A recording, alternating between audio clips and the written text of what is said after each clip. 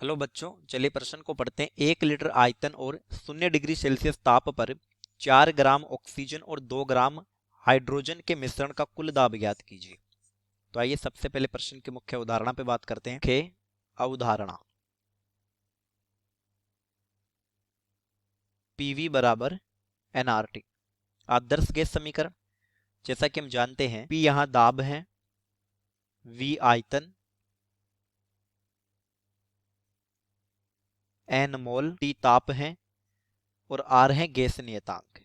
Gas नियतांक, देखिए are के कुछ निश्चित मान होते हैं। प्रश्न में हम जो आर का मान काम में लेंगे वो होगा 0.0821 atmosphere litre mole inverse kelvin inverse. चलिए अब हमारे प्रश्न को हल करते हैं। प्रश्न में हमसे कुल दाब पूछा है, कुल दाब, यानी कि हमें पी टोटल निकालना है।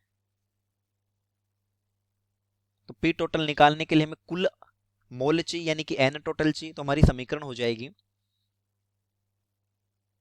पीवी बराबर एनआरटी। ये हो जाएगा पी टोटल, ये हो जाएगा वी टोटल, ये हो जाएगा एन टोटल।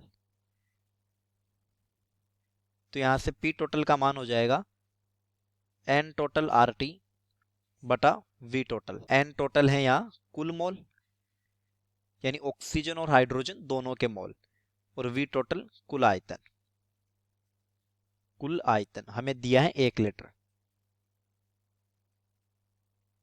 अब देखिए मोल पता करने होंगे, तो मोल बराबर होता है भार बटा अणुभार।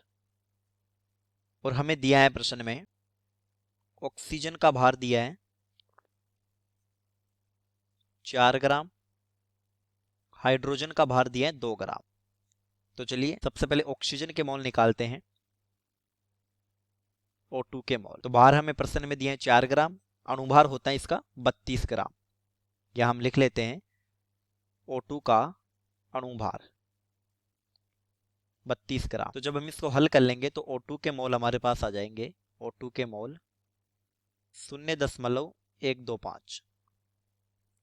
चलिए हाइड्रोजन के मोल पता करते हैं, H2 के मोल। तो H2 का भार हमें दिए 2 ग्राम और इसका अणुभार होता है 2 ग्राम। तो ये हो जाएगा 1। तो H2 के मोल आ गए 1। यहां पर हम लिख लेते हैं H2 का अणुभार 2 ग्राम। तो यहाँ पर N टोटल हमारे पास आ जाएंगे, यानी कि कुल मोल आ जाएंगे 0.125 O2 के मोल प्लस H2 के मोल 1। तो ये हो गया 1.125। ये हमारे पास कुल मोल आ गए। चलिए हम हमारी समीकरण में मान को रखते हैं। P टोटल बराबर N टोटल आर टी बटा वी टोटल। N टोटल हो गए 1.125 गुणा आर का मान हमने मुख्य उदाहरण में देखा 0.0821 गुणा टी, ताप हमें प्रश्न में दिया 0 डिग्री सेल्सियस, यानी कि 273 केल्विन। 0 डिग्री सेल्सियस का मतलब होता है 273 केल्विन।